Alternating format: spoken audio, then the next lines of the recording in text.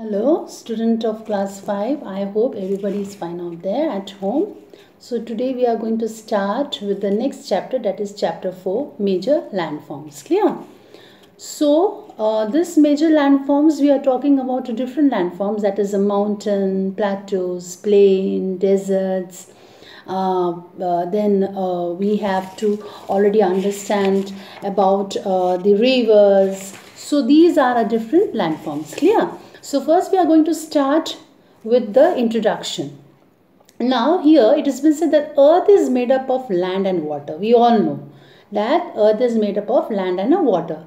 Around 29% of the earth's surface is covered by land and 71% is covered with the water. So the surface of the earth is not equal everywhere.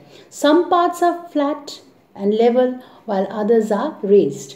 So landforms are what? They are the natural features of the earth's surface. Clear? So the major landforms we are going to talk about of the earth, they are the mountain, plains, deserts, plateaus as well as rivers. Clear? So mountains, the first landform we are going to learn about. Mountain, I hope everybody has seen mountain. So mountain is a landform which rises up more than 900 meters above the sea level. Mountain covers 20% of the total land area of the earth. Now these mountains, they are differ in height as well as in shape. They have a very steep slopes. We all know that mountain shape is like this. So these are their steep slopes. Clear? So the highest point of the mountain, this is the highest point of the mountain. It is known as a peak or a summit. So mountain peaks, they are very conical in shape. Conical is this one. This is known as a conical in shape. So here the question arises, which is the highest peak in the world? Now the height and the shape of the mountains, they depend upon their age. Himalayas and the Alps mountain, they are the young mountains. They are very high. They have a conical peaks. Aravalli and Appalachians, they are very old mountains. That is why their peaks are very low and rounded. Clear? Now, several mountains may join together, okay, to form a chain or a range. So, this chain mountain we can also known as the Himalayas. Mountains, they often have a series of different parallel ranges, which may extend for hundreds of kilometers. Now, for example, Andes in the South Americas and the Rockies in the North Americas, these are two examples of mountains. Now, here, question might arise, why mountains are very important? What is the importance of mountain? So here, mountain have a very thin soil cover and it has a steep slopes. It is very difficult to grow the crops here. And mountainous regions are thinly populated. Why it is very thinly populated? Because due to the weather condition. Clear? So, due to the unsuitable climate condition, shortage of a flat land and difficult in transportation, mountains are not perfect for growing any kind of crops. But still, they are very useful. How they are useful? They act as a barrier. Barrier means what? Walls. They act as a barrier against the cold and the hot winds. Then rivers which is coming from the mountains. And always remember that the river which comes from the mountain, they are the snow which they are being turned into a water due to the summer season, in the summer season. Clear? So rivers which is originated from the mountains. So for rivers, mountains are the source. Clear? So these rivers, they originated from the mountain. They provide water for the irrigation. So these rivers are known as the perennial rivers which flow from the mountain. Now slopes of the mountain, they have a rich pasture land and the valuable forest. Pasture land means what? Where the livestock, they can graze. And some mountains, they are very rich in minerals. Clear? So this is the one of the landforms. Second landforms we are talking about is the plateau. Plateau is what? It is a tableland. This is a plateau, tableland, very flat on the top. It is like a table. Clear?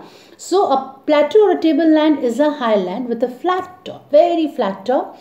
It rises abruptly from the surrounding land. So it has also a steep slopes. So many rivers and streams, they flow through the plateaus. Clear? Again, same thing, plateaus are also differ. Okay. they may be large and they can extend over the hundreds of kilometers. For example, Deccan Plateau of India is such an example. Tibetan Plateau, it is the largest and the highest in the world. So it is surrounded by the mountain ranges on all the sides. Now, other example, you can also find out Colorado Plateau in America, Bolivian Plateau in South America. These are a certain examples. Now, why plateaus are important? Because plateaus are in a dry region. Okay. They are on the leeward side of the mountain. Leeward side means what? Opposite of the mountain. Clear? Now, due to high altitude. Altitude means what? Height. So, due to the high altitude, what happened? Climate is very, very cold. So, where the climate is very cold, it is very difficult to grow the crops. Many plateaus they have a deep canyons on the surface, and Grand Canyon in the Colorado Plateau is such an example. Clear? So, the third landforms we are talking about, that is the plain. So before going to the plains, let us see importance of the plateau. They have a grasslands. Plateau has a grasslands which are very beneficial for the cattle and the sheep to be reared, and such plateaus you can find rich in mineral deposit also. Clear? Next one is a plain. As we all live in a plain area, plain is a very flat, low-lying area. They are known as the lowlands. They can be of a level or a slightly hilly. Slope of this plain are very gentle. Clear? Plains, they are formed by the decompositions of the sand and the silt which is carried by the rivers along with them. And they deposited that deposition in the other part of the place. So from there the northern plains arises. Now the place which is the northern plains, they are very fertile land. Why? Because all the depositions, they come from the rivers, they deposited out there, and there you can find out the alluvial soil which is good for growing crops. Clear? Now some plains, they are interior of the continents, while some are near the sea coast. So plains are very thickly populated than the mountains and the plateaus. Now why they are thickly populated, we'll come to know here. Plains are very fertile soil. If it is a fertile soil, that means it is perfect for growing the agriculture. Okay. And we all know from the history also, many ancient civilizations, they have started their civilization from the bank of the rivers. Now most big cities and towns are also located in the plains. Now next one, it is very easier to construct road, railways, airdromes and canals in the plain. That is why it is very much crowded. Clear? So children, this much for today. So three of the landforms we have discussed about here, that is a mountain, plateau as well as plain. So in the next video we are going to do about the desert as well as a river. Okay, so please go through the videos and try to understand. Okay, thank you. Stay safe.